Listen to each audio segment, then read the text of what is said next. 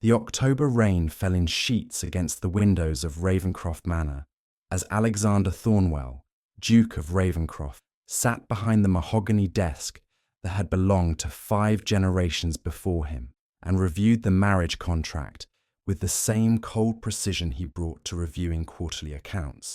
At 33, Alexander had learned that emotion was a luxury the failing Thornwell estate could not afford.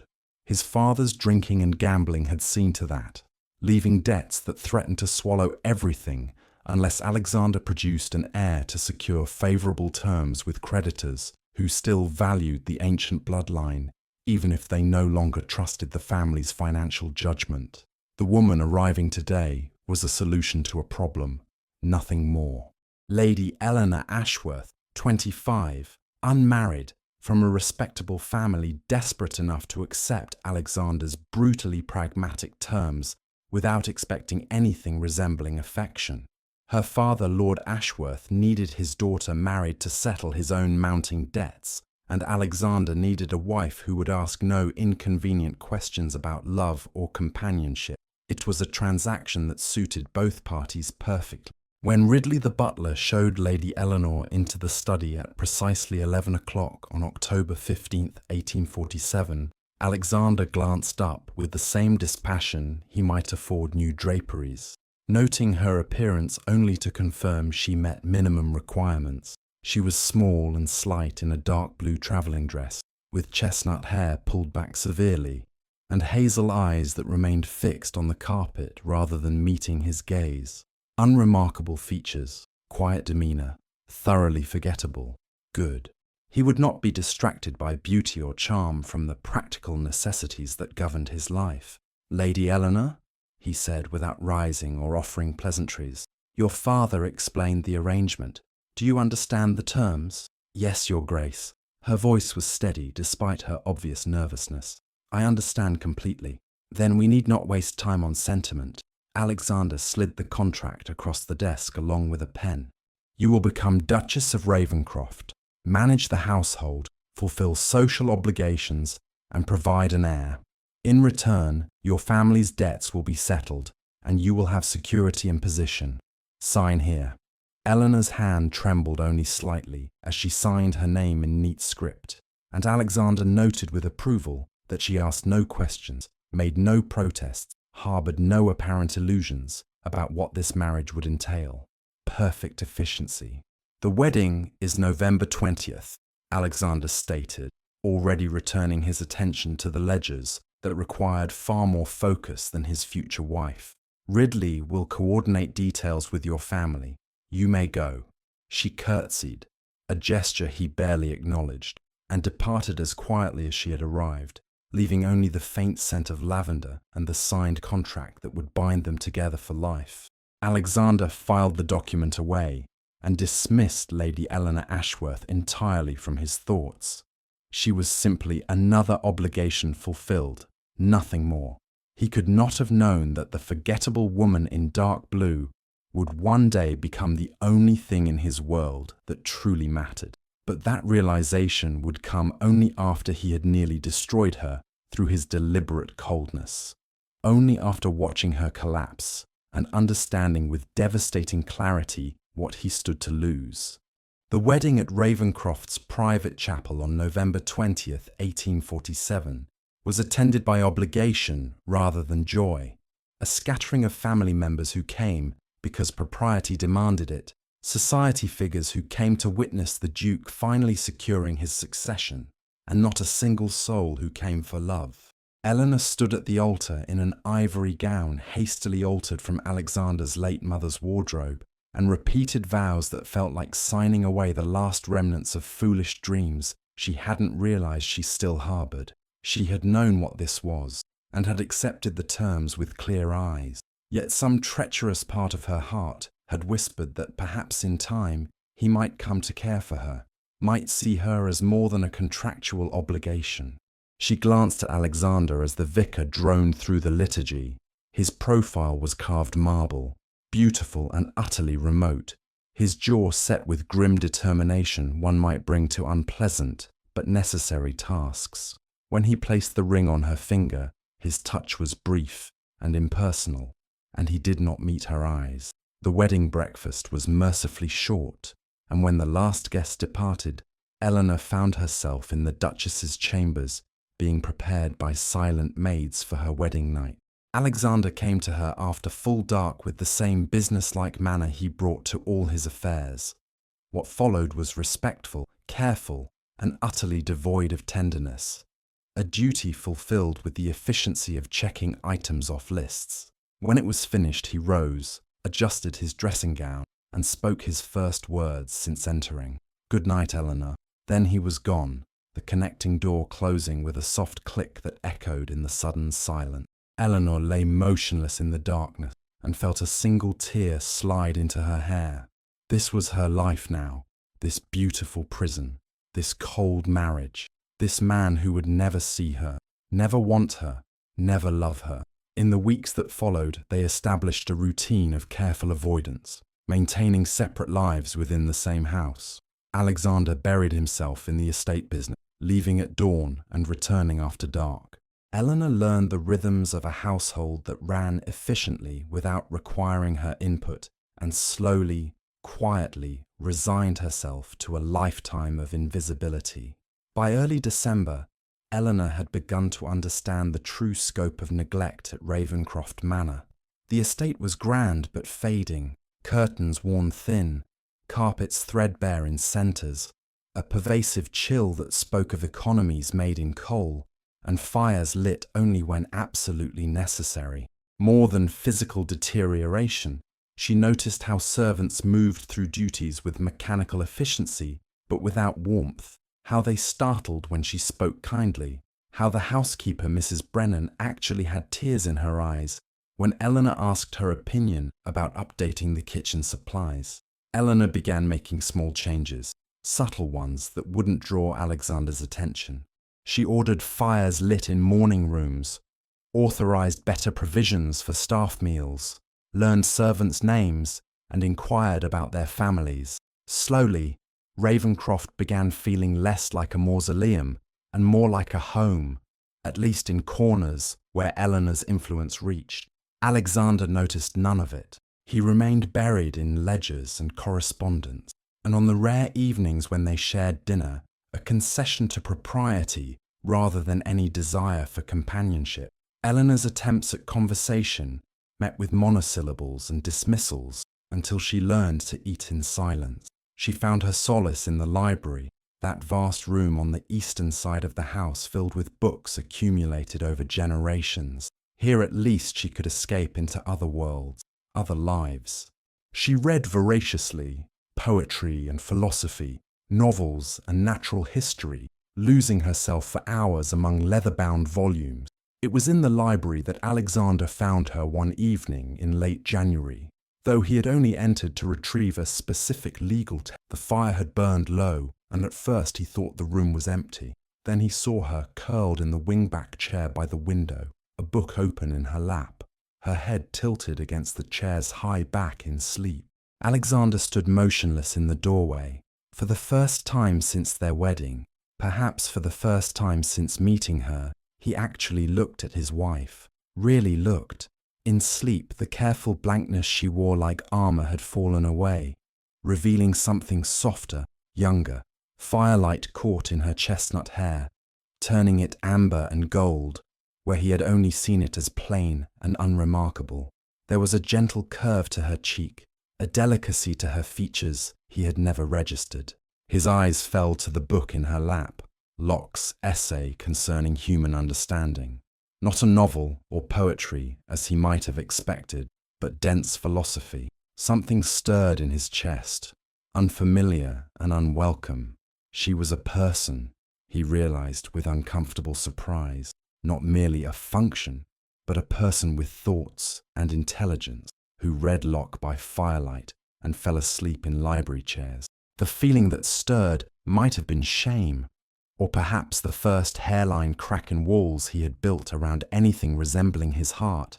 He found himself moving quietly across the room, taking the blanket from the settee and draping it gently over her sleeping form. She stirred slightly but did not wake. Alexander stood there a moment longer, disturbed by his own actions, by the strange protectiveness that had prompted them. Then he turned and left quickly, the legal text forgotten on its shelf. That night alone in his chambers, he found himself thinking not of ledgers or obligations, but of the gentle curve of a cheek in firelight, and the uncomfortable realization that he had been living in a house with a stranger he had never bothered to see. 3 months into their marriage, on February 10, 1848, Eleanor woke to a wave of nausea that sent her rushing to the basin. It had been happening for a week now. These morning illnesses, along with bone-deep fatigue and a peculiar tenderness that made her stay uncomfortable. She suspected, of course, but hardly dared hope, hardly dared name the possibility even in the privacy of her own thoughts. When Dr. Morrison confirmed what her body had already whispered, Eleanor felt a confusing tangle of emotions rise in her. Joy. Certainly there was joy at the life growing within her. A child she would love with all the affection she had been storing up with nowhere to spend it. But beneath the joy lay deep, aching sorrow, because she knew with devastating certainty what this news would mean to not tenderness, simply satisfaction that she had performed her function adequately. The child would matter to him, but she never. She waited until dinner that evening to tell him, her hands trembling as she set down her fork. "Alexander, I have news. Dr. Morrison confirmed it this afternoon. I am with child." For a moment his face remained impassive. Then something shifted, not joy or excitement, but a look of profound relief, of satisfaction, as though a risky investment had finally paid dividends. "Well done," he said, and the words struck her like a physical blow. "You've fulfilled your primary duty admirably. This secures the succession." He took a sip of wine, his mind already moving to practicalities. "I'll summon the solicitors tomorrow to update the will. We'll need to prepare the nursery, and you'll require the best physicians throughout. Cost is no object when it comes to producing a health." Eleanor sat frozen, each word falling on her like stones. Primary duty, succession, heir. Not once did he say "our child." Not once did he look at her with anything resembling warmth. "Yes, Your Grace," she managed, her voice steady, though her heart was shattering. "I'm pleased the news satisfies." If he noticed the careful choice of words, satisfies rather than pleases, he gave no indication. The rest of dinner passed in merciful brevity, and when Eleanor finally escaped to her chambers, she lay fully clothed on her bed and let tears soak into the silk pillow. She placed a hand over her still flat stomach and felt the cruel irony of it all. This child would be the heir Alexander cared about, but she who carried and would birth and love this child would remain invisible, a vessel that had served its purpose. "I will love you," she whispered to the tiny life within her.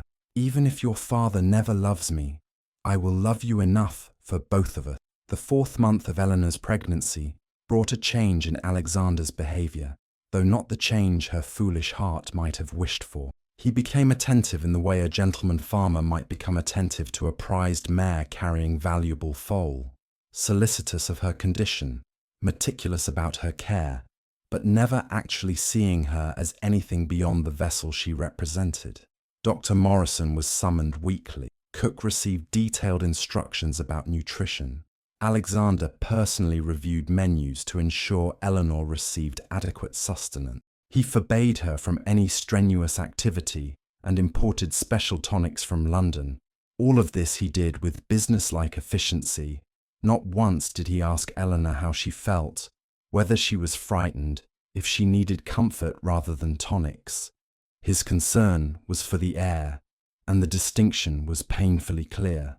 Eleanor grew quieter as weeks passed, withdrawing into herself like a flower closing at dusk. She spoke less at their infrequent dinners, stopped attempting conversations that went nowhere, moved through the house like a ghost. The servants noticed and whispered among themselves about the sad Duchess who never smiled, who spent hours in the library staring at nothing, who thanked them for smallest kindnesses with gratitude that spoke of deep loneliness. It was on a grey afternoon in late March that Eleanor miscalculated her own strength. She had been in the library and was descending the main staircase when a wave of dizziness overtook her. The stairs seemed to tilt, her vision blurred, and she reached for the banister but found only air. She felt herself falling forward, time slowing to a terrible crawl, and in that suspended moment she thought only of the child, of failing even in this, her one purpose. Then strong hands caught her, arms encircling her waist and pulling her back from the edge. The world righted itself and she found herself pressed against Alexander's chest, his heart pounding beneath her cheek, his arms locked around her with startling strength. For several seconds neither moved, both breathing hard from shock. Eleanor became acutely aware of every point of contact, his hands at her waist, the warmth of his body through layers of fabric, the scent of sandalwood that clung to him. Something jolted through her at the contact, a spark her body felt even if her mind refused to acknowledge it. This was the first time he had touched her since their wedding night. Alexander felt it too, that unexpected jolt, and it disturbed him profoundly. He had been passing through the hall when he saw her sway, had moved without thinking, and now found himself holding his wife, really holding her for the first time. She was so light, so fragile in his arms, and the fear that had seized him when he saw her falling was entirely disproportionate to mere concern for his heir. That realization unsettled him deeply. "You must be more careful," he said, his voice coming out rougher than intended, almost harsh with emotion he could not name. He lifted her easily and carried her toward her chambers, acutely conscious of how she fit against his chest, of the way her hand clutched his shoulder. He deposited her on the chaise in her sitting room, with more haste than gentleness, stepping back as though burned. For just a moment their eyes met, and something flickered, genuine concern, perhaps even fear, before the familiar cold mask descended. "Rest. I'll send for Dr. Morrison." Then he was gone. Eleanor sat motionless, her heart still racing, and without meaning to, she touched her arm where his hands had gripped her, where she could still feel the ghost of his touch. She was confused by her own reaction, by the way her traitorous body had responded to his nearness, by the brief glimpse of something human in his eyes before he shuttered it away. It meant nothing, she told herself firmly. He had simply been protecting his investment. But her hand remained on her arm, and she could not quite convince herself the moment had been as empty as she claimed. As April arrived and the season began, Alexander announced over dinner that they would attend the Weston Ball on April 28th. "Appearances matter," he stated. "We must present a united front. Society will expect to see the Duke and Duchess of Ravencroft, especially now that you're visibly carrying the heir."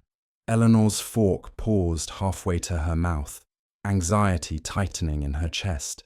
She had never been comfortable in society, and had always been the overlooked girl at the edge of ballrooms. Now she would attend as a duchess, yes, but also as a woman, 5 months pregnant in a marriage everyone knew to be purely transactional, a spectacle for gossips to dissect and pity. "Of course," she murmured, because what else could she say? Sebastian didn't notice the tension in her voice, the way her hands trembled. He was already mentally preparing for business discussions, political alliances, financial opportunities such gatherings presented. That Eleanor might be anxious never crossed his calculating mind. The night of the ball, Eleanor's maid dressed her with unusual care in a gown of pale rose silk, specially made to accommodate her changing figure. The colour brought unexpected warmth to her complexion, making her hazel eyes look almost luminous. When she descended the stairs to meet Alexander in the entrance hall, she saw something flicker across his face. Surprise, perhaps, or that strange stirring he had felt when he caught her on the staircase. For a moment, he simply looked at her, really looked, and thought that she appeared almost beautiful in the candlelight.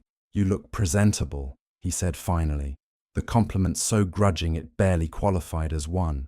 Whatever warmth Eleanor had felt at his expression died instantly. At the ball, Alexander fulfilled his word about presenting a united front for precisely as long as it took to make their entrance. Then he excused himself to speak with Lord Hartwell about business, leaving Eleanor standing alone near a pillar, her hand resting protectively over the swell of her belly, visibly pregnant and visibly abandoned. The looks began immediately. Pitying glances from matrons who understood exactly what sort of marriage this was, whispered conversations behind fans, careful distance maintained by those who saw her as nothing more than a duty fulfilled. Eleanor held her head high and smiled blandly, dying 1,000 small deaths inside. Duty matches are always the loneliest, aren't they? A warm voice said beside her, and Eleanor turned to find an elegant woman of perhaps 40, dressed in lavender silk. "I'm Isabel Thornwell, Alexander's cousin by marriage. I thought you might appreciate a friendly face." They found seats in a quiet alcove, and Isabel spoke with easy confidence about her own arranged marriage, about loneliness that could exist even in company, about learning to find purpose beyond what others expected. "Does it get easier?" Eleanor asked quietly. "Living with someone who doesn't see you?" Isabel's expression softened with sympathy. "Sometimes. And sometimes you learn to see yourself clearly enough that it matters less whether others do." She patted Eleanor's hand. "Though I hold out hope that Alexander might yet surprise you. The Thornwell men are notoriously slow to recognize what's valuable until they nearly lose it." As the evening wore on, Eleanor became increasingly aware of discomfort. The ballroom was stifling, her corset tight against her growing body despite careful adjustments, and a dull ache had begun in her lower back, radiating around to her abdomen. Perspiration gathered at her temples. "Are you quite well?" Isabel asked, catching the pallor in Eleanor's cheeks. "You've gone rather white. Just warm," Eleanor managed, though the room seemed to tilt. "Perhaps I should find Alexander." She rose and scanned the ballroom for her husband. There, across the room, deep in conversation with Lord Hartwell and other gentlemen, his attention completely absorbed. He had not looked in her direction once in the past hour. Eleanor began making her way through the crowd, murmuring polite excuses. The distance seemed to stretch impossibly, faces blurring into a sea of curiosity and false smiles. Halfway across the ballroom floor, the ache in her abdomen suddenly sharpened into something else entirely, a pain that stole her breath. She reached out blindly for something to steady herself, grasping only air. The ballroom tilted violently. She could feel eyes on her, could hear the shift in conversation as people noticed the Duchess of Ravencroft swaying dangerously. "Alexander," she tried to call, but his name came out as barely a whisper. The pain intensified, sharp and frightening. Her vision darkened at the edges, a tunnel closing until all she could see was a pinpoint of light. She felt her legs give way, felt herself falling, and then nothing. Darkness swallowed her whole. The orchestra faltered and stopped mid-phrase. The sudden silence was more shocking than any scream. For a heartbeat, the entire ballroom froze. Then chaos erupted. Gasps, exclamations, the rush of movement as people surged forward or shrank back. In the center of the dance floor, a pool of rose-colored silk lay crumpled and still. Alexander heard the disturbance before he registered what caused it. The cessation of music, the collective gasp. He turned, irritated at the interruption, and his eyes found the center of the ballroom. Time stopped. Rose-colored silk pooled on white marble, chestnut hair coming loose from its pins, a hand outstretched and motionless. Eleanor, his wife, collapsed. Something in Alexander's chest seized with a force that knocked the breath from his lungs. This was not a concern for an heir. This was pure primal fear, the kind that bypasses thought entirely. He was moving before conscious decision, shoving through the crowd with no regard for propriety, dropping to his knees beside her with no thought for his expensive evening clothes or the hundreds of eyes watching.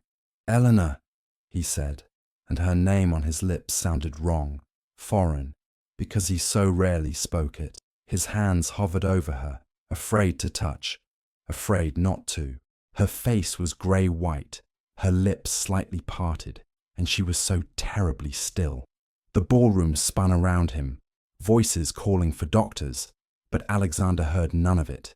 His entire world had contracted to the woman lying motionless before him, and the devastating realization that crashed over him like a wave.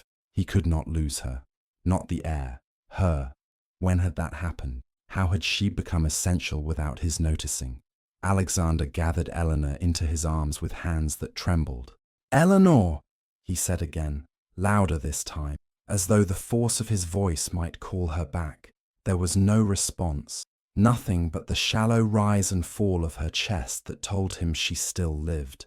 Dr. Morrison materialized beside him, and Lord Weston was calling for his carriage.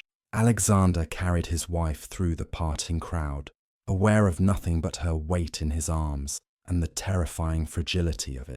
The carriage ride back to Ravencroft Manor was the longest journey of Alexander's life.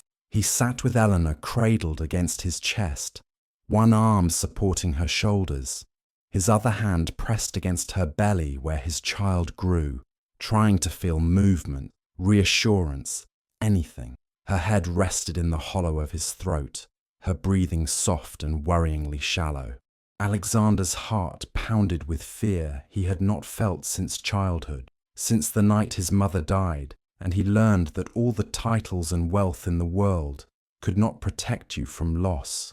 But this fear was different, more acute, edged with something that felt dangerously close to panic. He was not afraid of losing his heir. He was afraid of losing her, Eleanor, his wife, the woman he had treated as little more than a means to an end, whom he had ignored and dismissed and kept at careful distance for 5 months. When had she become essential? When had the thought of a world without her in it had become unbearable? He looked down at her face, so still in the dim carriage light, and tried to trace the path of his own transformation. Was it that night in the library when he first truly saw her? The moment on the stairs when he caught her and felt that jolt of recognition? Or had it been happening slowly all along, in accumulated moments he had refused to acknowledge? Her quiet competence with the household, her kindness to servants, the intelligence in her choice of books.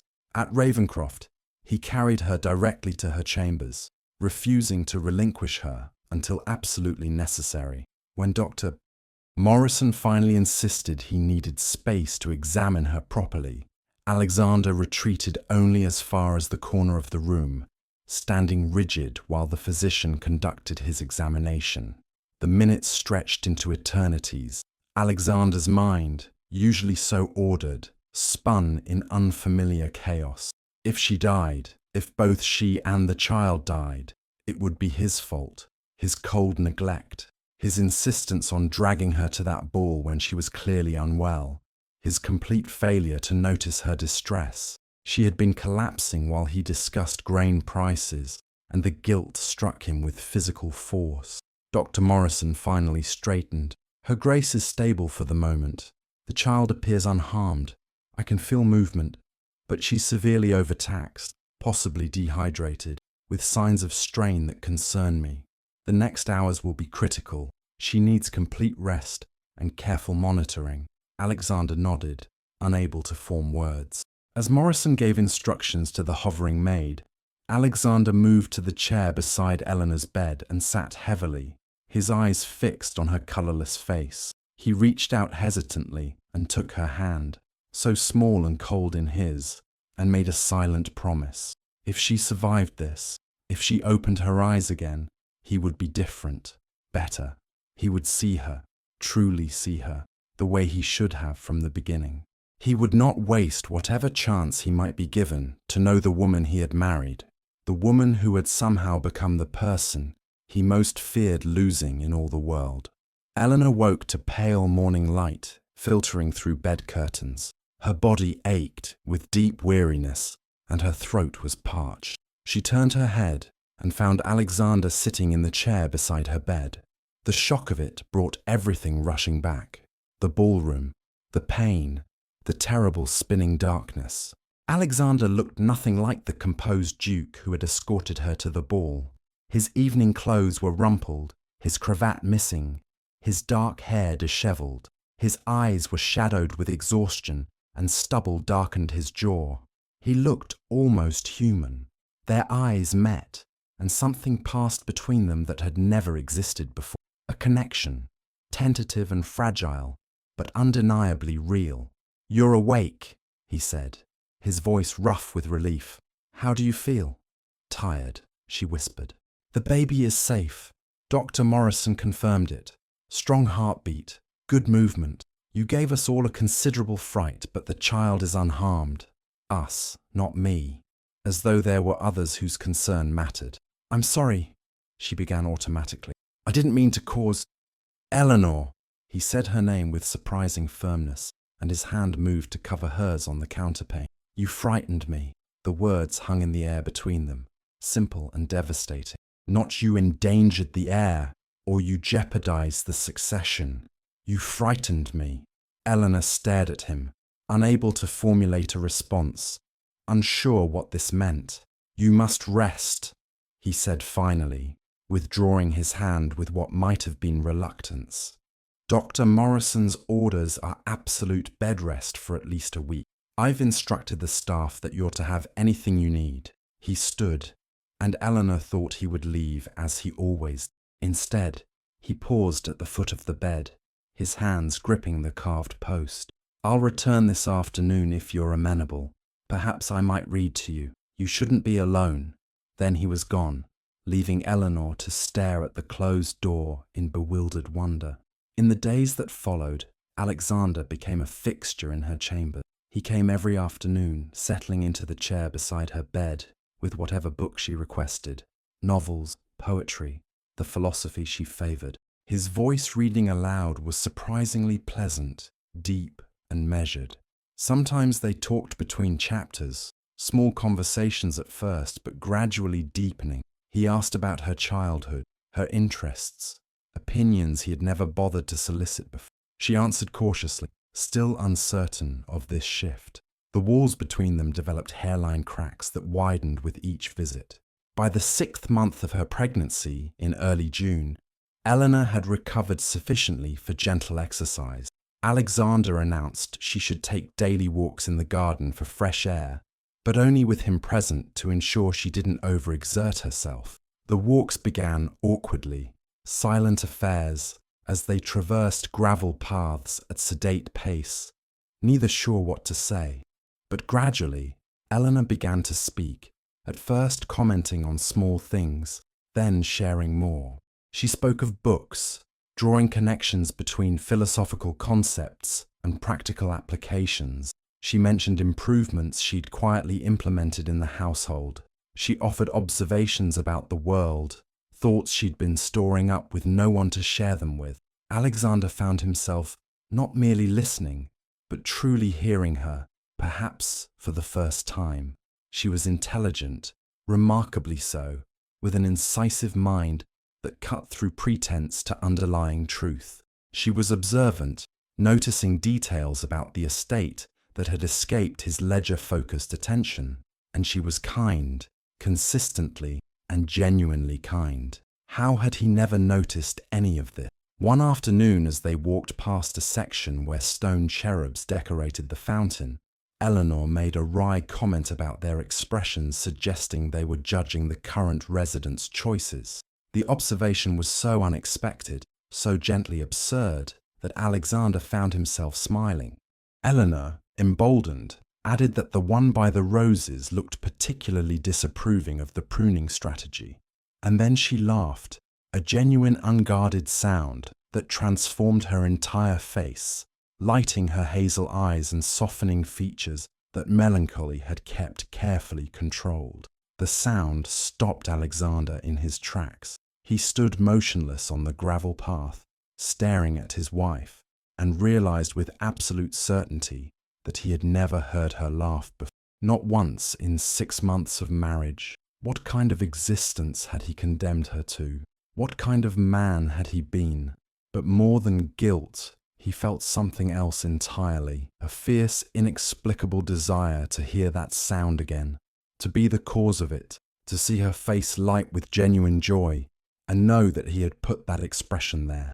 That night, lying awake long after their walk had ended, Alexander's mind wandered not to figures and strategies, but to the way afternoon sunlight had caught Eleanor's hair, turning it amber and gold, to the intelligence in her eyes when she spoke about philosophy, to the kindness in her voice when she mentioned servants by name, to the sound of her laughter, rare and precious. When had this happened? When had Eleanor stopped being a function and become a person, more than a person, become someone whose happiness suddenly mattered more than his carefully laid plans? Alexander began appearing at dinner with regularity that surprised the servants and bewildered Eleanor. Where before he had attended twice weekly out of obligation, now he came every evening and actually engaged in conversation. He asked about her day, what she had read, what improvements she was considering. He solicited her opinions on estate management matters. Eleanor was cautious at first, uncertainty making her responses measured, but Alexander persisted with patience she hadn't known he possessed, and gradually she began to open. Her responses grew longer, more animated. She smiled more readily, occasionally laughed at his dry observations about parliamentary politics. One evening in late June, they fell into a spirited discussion about Richardson's Clarissa. Finding themselves on opposite sides, Eleanor argued passionately that Clarissa's tragedy stemmed from society's impossible standards for female virtue. Alexander countered that while society's role was undeniable, Clarissa's own rigidity contributed to her downfall. But that's precisely the problem, Eleanor said, eyes bright with intellectual engagement, leaning forward. Why should she have to be flexible? Why should the burden of adaptation always fall on the woman while men face no consequences? She stopped abruptly, suddenly aware she had been arguing with the Duke of Ravencroft as though they were equal, that she had interrupted him and spoken with passion, bordering on impropriety. Old habits of self-effacement reasserted themselves and she shrank back slightly. Instead of displeasure, she found Alexander smiling at her, actually smiling, a genuine expression that transformed his austere features. "Don't stop," he said, encouragement in his voice. "Please, I like seeing this side of you. You were about to make a point about consequences, I believe." Eleanor stared at him, uncertain how to proceed, her heart doing something dangerous in her chest. He wanted to hear her thoughts. He liked her passion. He was looking at her as though she were interesting, worthy of attention and intellectual respect. Something unfurled in her chest, fragile and tentative. Hope. They continued for another hour, the argument ranging across literature and philosophy and societal structures. When Alexander finally rose to retire, he walked Eleanor to her chamber door, a courtesy he had never extended. He paused there in the hallway, candlelight flickering between them, and seemed to want to say something more. His hand lifted slightly, as though he might touch her face, then fell back to his side. "Thank you," he said finally, "for the conversation, for your thoughts. I find I've been starving for genuine discourse without realizing it." "As have I," Eleanor admitted quietly. Their eyes held for a moment longer before Alexander bowed slightly and retreated to his own chambers.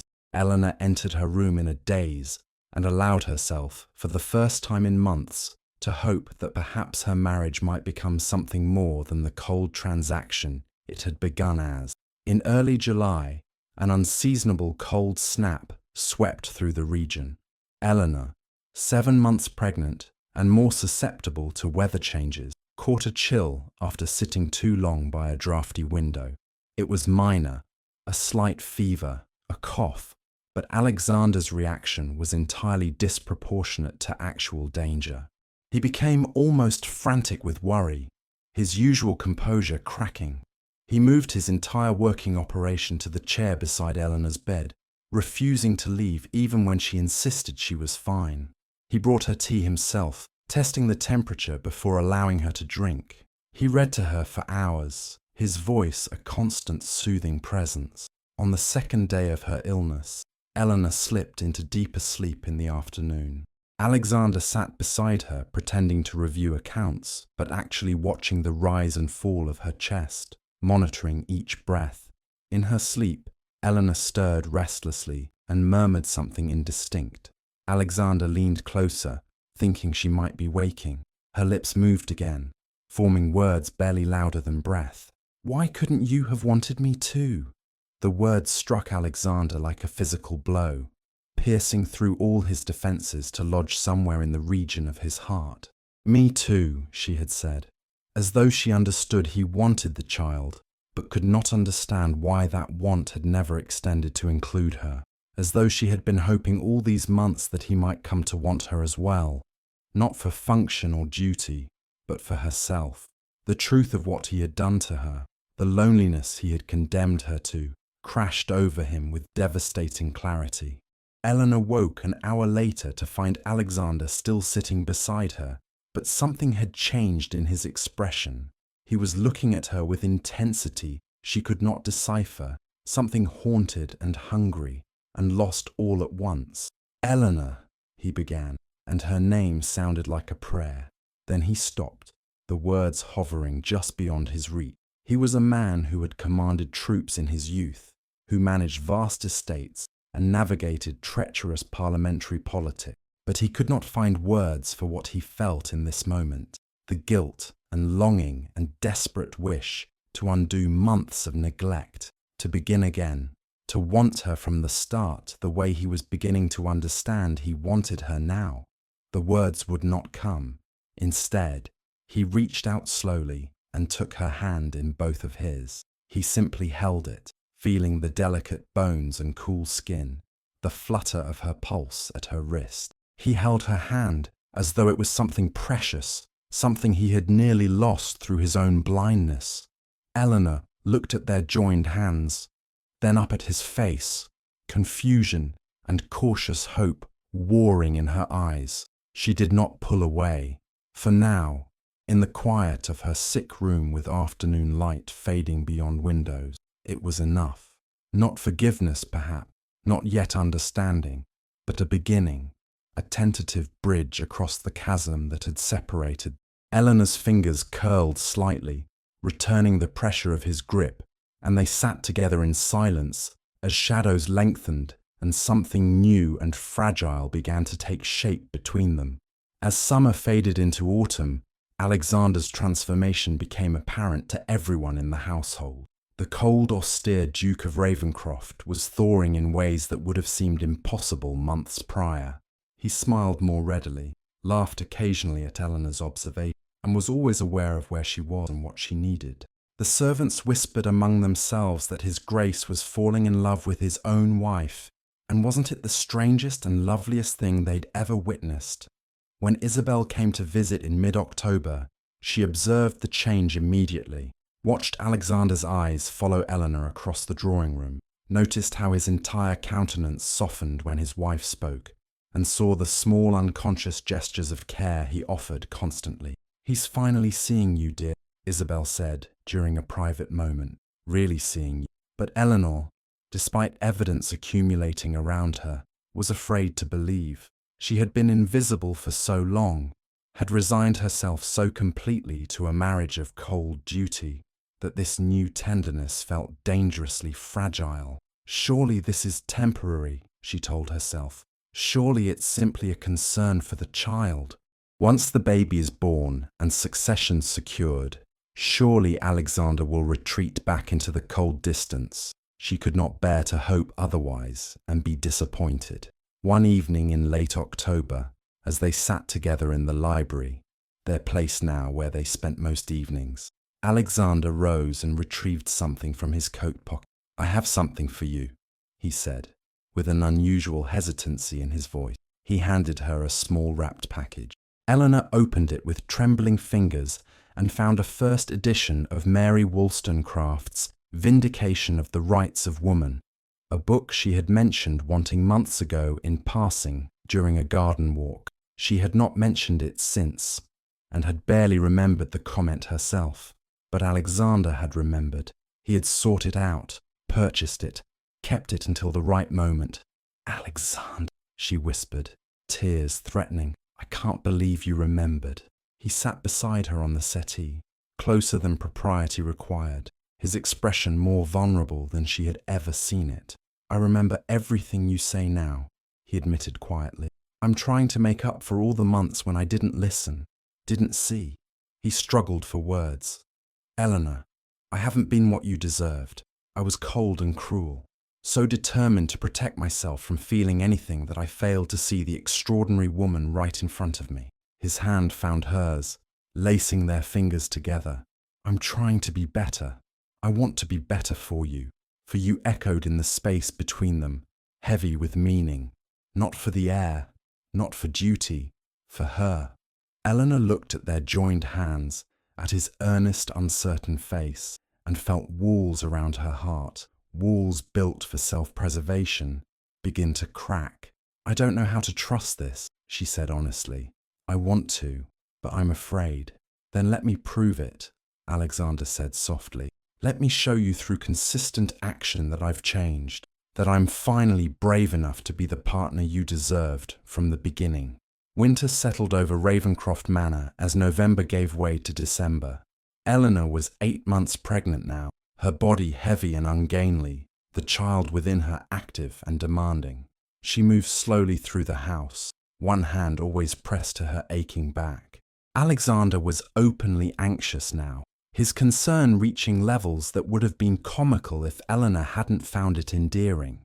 He insisted on helping her navigate stairs, questioned Dr. Morrison relentlessly about every symptom, and lay awake at night listening through the connecting door for any sign of distress. One snowy evening in mid-December, they sat together in the library, fire crackling cheerfully. Eleanor occupied the settee with her feet elevated, knitting something small and soft. Alexander sat in the nearby chair with a book open in his lap. Though he had not turned a page in 20 minutes, his attention fixed on his wife. "Are you frightened?" he asked quietly, breaking the comfortable silence. Eleanor looked up, understanding immediately what he meant. "Terrified," she admitted. "My mother died birthing my youngest brother. I was 12. I remember how long it took, how the midwife's face grew grimmer, how my father looked afterward, hollowed out." Alexander felt ice settle in his stomach. He rose and moved to sit beside her, close enough that their bodies touched. "I won't let anything happen to you," he said with fierce certainty. "You can't promise that," Eleanor said, her smile sad and knowing. "No one can. Childbirth takes women every day. It doesn't care about titles or intentions." "No," he admitted roughly. He took her hand, held it tightly. "You're right. I can't promise you'll be safe, but I can promise I'll be here. I'll be with you through all of it. Property be damned." He paused, then reached up to gently turn her face toward his. "And Eleanor, I can promise you this. If something were to happen, it wouldn't be just an heir I'd be losing." His voice dropped to barely above a whisper. "It would be you. And that terrifies me more than anything else in this world." Eleanor stared at him, her eyes wide and shining. "Alexander, I know I have no right to say these things," he continued, words coming faster. "I know I've given you no reason to believe me, but somewhere in these past months, you became essential to me, not as the mother of my heir, but as yourself. Eleanor, the woman who reads philosophy and improves my estate and makes me laugh and sees the world with such clarity and kindness." A single tear traced down Eleanor's cheek. "I thought you only cared about the baby." "So did I," Alexander said with brutal honesty, "until you collapsed in that ballroom and I realized the thought of losing you was unbearable, until I started actually seeing you and couldn't understand how I'd ever looked at anything else." He lifted her hand to his lips, pressed a kiss to her knuckle. "I'm falling in love with you, Eleanor. Perhaps I've been falling all along and was too foolish to know it." The moment hung between them, suspended and fragile, weighted with months of loneliness and longing.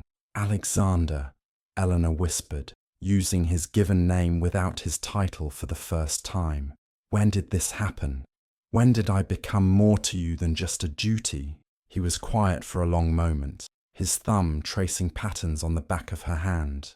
I think it began that night when I found you asleep in the library and really looked at you for the first time, or when I caught you on the stairs, perhaps when you collapsed at the ball and I realized a world without you in it was unbearable. He reached up and touched her face with hesitant gentleness. Or perhaps it was happening all along. In every small moment I was too blind to notice. Every kindness you showed the servants, every intelligent observation, every evening you tried to create connection while I gave you nothing. His voice roughened. After my mother died, after I saw what my father became in his grief, a broken man who gambled away our fortune trying to feel something other than loss, I decided feeling nothing was strength. I built walls around everything vulnerable and told myself I was being practical. He leaned his forehead against hers. But you slipped past every defense without my noticing, and now I find that what I thought was strength was actually cowardice. Real courage is allowing myself to love you, even though losing you terrifies me beyond reason. Eleanor's eyes filled with tears that spilled over. I've wanted to hear something like this for so long, she said, her voice breaking. From the moment I signed that contract, some foolish part of me hoped you might come to care for me. But as months passed, I told myself to stop hoping. I convinced myself that being invisible was my fate. I'm sorry, Alexander said. He closed the distance and kissed her. It was nothing like their wedding night. This kiss was soft, tentative, reverent. His lips moved against hers with gentleness he hadn't known he possessed, asking rather than taking. It was an apology for every moment he had failed to see her. It was a promise. It was a beginning. The first true beginning of their marriage. 8 months late, but finally real. Eleanor's hand came up to cup his face, and she kissed him back with all the pent-up longing she had been storing away. When they broke apart, both breathing unsteadily, Alexander rested his forehead against hers once more. I love you, he said simply, and I will spend the rest of our lives proving it, if you'll let me. I already love you, she whispered back. I think I've loved you longer than I should have, hoping against hope that someday you might feel the same. He kissed her again, deeper this time, and in the firelit library, while snow fell softly outside and their child moved between them, Alexander and Eleanor finally became what they should have been from the start. Not just husband and wife, but partners, lovers, two people choosing each other not out of duty, but out of love. The labour began on a cold January night, 3 days into the new year of 1849, with Eleanor waking to a tightening across her belly. She knew immediately was different from practice pain. She called softly through the connecting door, and Alexander was there in moments. When Dr. Morrison confirmed the birth was beginning, he suggested His Grace might wish to wait in his study while the women attended to childbirth. Alexander's response was immediate. He would not leave his wife. Propriety could hang. He was staying. The hours that followed were the longest of Alexander's life. He remained at Eleanor's side through all of it, holding her hand, wiping her brow, whispering encouragement. He was terrified, but tried not to show it, tried to be strong when she needed strength. I'm here, he kept saying. I'm here, my love. You're so strong. I'm right here. Dawn came grey and cold, and still the labour continued. Doctor Morrison's face grew increasingly concerned as morning stretched toward. Finally, as winter sun began its early descent, Eleanor gave a final agonized push, and the room filled with a new sound, a baby's cry, lusty and strong. A son, Dr. Morrison announced, wrapping the baby quickly. A healthy son, your... Alexander barely registered, his attention fixed on Eleanor, who had collapsed back against pillows, her face grey with exhaustion. You did it, my love, he said, reaching for her hand. He's here. He's perfect. But Dr. Morrison's face had gone grave. Suddenly there was urgent activity, towels soaked in red. She's hemorrhaging, the physician said quietly. Alexander's world narrowed to a single terrible point. Not the son he had supposedly needed so desperately, only Eleanor, her pale face, her weak breath, the way her eyes were drifting close. "No," Alexander said, his voice breaking. He gripped her hand tighter, leaned close. "Eleanor, no. Stay with me. Please, I'm begging you." His composure shattered completely. Tears fell on their joined hands. "I've only just found you. We've only just begun. You can't leave me now. Please, Eleanor, please." Eleanor heard his voice through layers of exhaustion and pain. I heard the naked fear and grief in it, felt wetness on her hand that she realized were his tears. She was so tired. It would be so easy to let go, to drift into darkness, but Alexander was calling her, and she heard in his broken voice everything they would lose if she surrendered now. Their son, whom she hadn't held yet, the life they had planned, the love they had only just discovered. So she fought. With what strength remained, she fought against darkness, for Alexander, whose tears she could feel, for their son, whose cry she could hear, for the future they deserved. Breath by breath, heartbeat by heartbeat, choosing life over surrender. Eleanor survived. Dr. Morrison's quick action and Eleanor's stubborn will pulled her back from the edge. Recovery was slow and painful, with Eleanor too weak at first to hold her own child. But Alexander never left her side except when absolutely forced. He brought their son to her in those first fragile days, settling the tiny bundle carefully in her arms when she was too weak to lift him, supporting both with gentle hands. "He's perfect," Eleanor whispered, tears sliding down her cheeks. Alexander sat on the edge of the bed, one arm around Eleanor's shoulders, gazing at his son with wonder. "What shall we name him?" "You choose," Eleanor said softly. "James," Alexander said after a thoughtful pause. "After the father I hoped to be, not the one I had. My father was cold, distant. I want James to grow up knowing he's loved, that his happiness matters." His hand covered Eleanor's where she held their son. "I want to be the kind of father, the kind of man you've taught me I can be." 3 years passed, and Ravencroft Manor had been transformed so completely that visitors barely recognized it. The estate was prosperous, but more than financial success, it radiated warmth and life. Laughter echoed through the corridors. Light poured through windows no longer shrouded. A daughter had joined their son, little Sophia with her mother's hazel eyes, barely a year old. James at 3 was a serious child who showed signs of inheriting both parents' intelligence. On a warm summer afternoon, Alexander and Eleanor walked together through gardens while their children played on a blanket nearby under Nurse's watchful eye. They moved hand in hand, comfortable in the way of couples who had weathered storms together. At dinner parties they hosted now with genuine pleasure.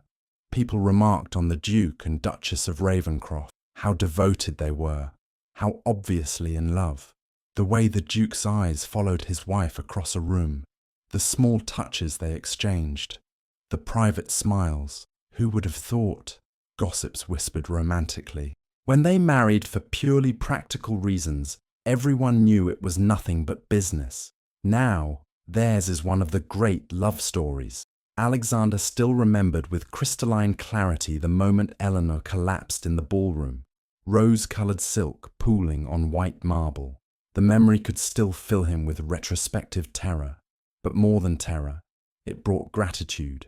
Gratitude that she had collapsed when she did, shocking him from emotional paralysis. Grateful she had survived. Grateful she had been patient enough to love him before he knew how to love her back. "What are you thinking?" Eleanor asked, noticing his distant expression. Alexander smiled and pulled her closer, pressing a kiss to her temple. "Just remembering how blind I was, how close I came to missing all of this." "But you didn't miss it," Eleanor said simply. "That's what matters. You found your way." "We found our way," he corrected. And they continued their walk, while their children's laughter carried across the garden, and summer sun warmed the earth, and everything was exactly as it should be. Sometimes the greatest transformations come not from grand gestures, but from quiet moments of awakening. A woman asleep in a library chair, a hand caught on a staircase, a collapse on a ballroom floor that forces us to confront what we've been refusing to see. Alexander needed an heir, that was true. But what he truly needed, though he didn't know it, was Eleanor. Someone to pick the lock on his guarded heart with patience and kindness. Someone to teach him that vulnerability isn't weakness, but courage. That love doesn't diminish you, but completes you. May you find or be that reason for someone. May you have the courage to let transformation happen, even when it frightens you.